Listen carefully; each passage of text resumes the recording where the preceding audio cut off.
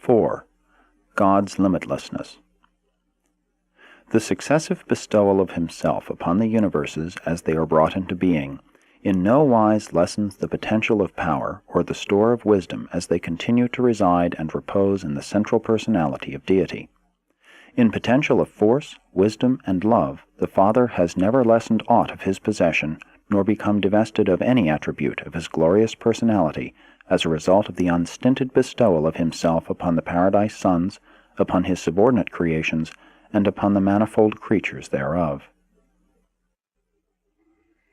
The creation of every new universe calls for a new adjustment of gravity, but even if creation should continue indefinitely, eternally, even to infinity, so that eventually the material creation would exist without limitations, still the power of control and coordination reposing in the Isle of Paradise would be found equal to and adequate for the mastery, control, and coordination of such an infinite universe.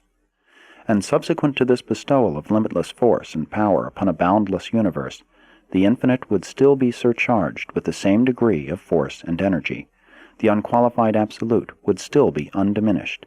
God would still possess the same infinite potential, just as if force, energy, and power had never been poured forth for the endowment of universe upon universe. And so with wisdom.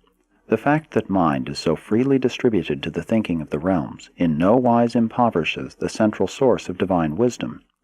As the universes multiply and beings of the realms increase in number to the limits of comprehension, if mind continues without end to be bestowed upon these beings of high and low estate, still will God's central personality continue to embrace the same eternal, infinite, and all-wise mind.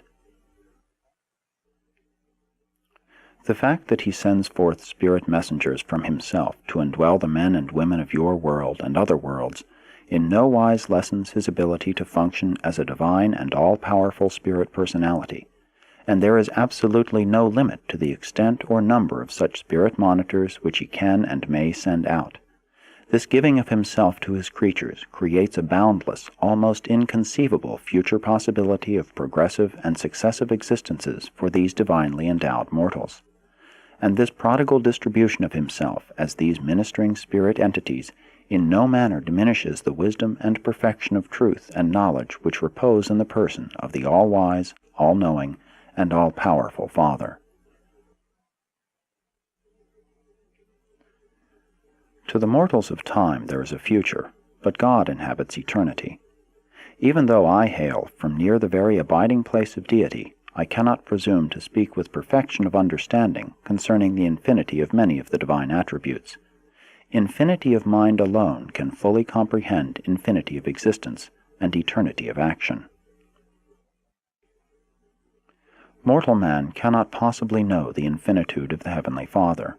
Finite mind cannot think through such an absolute truth or fact. But this same finite human being can actually feel, literally experience, the full and undiminished impact of such an infinite Father's love.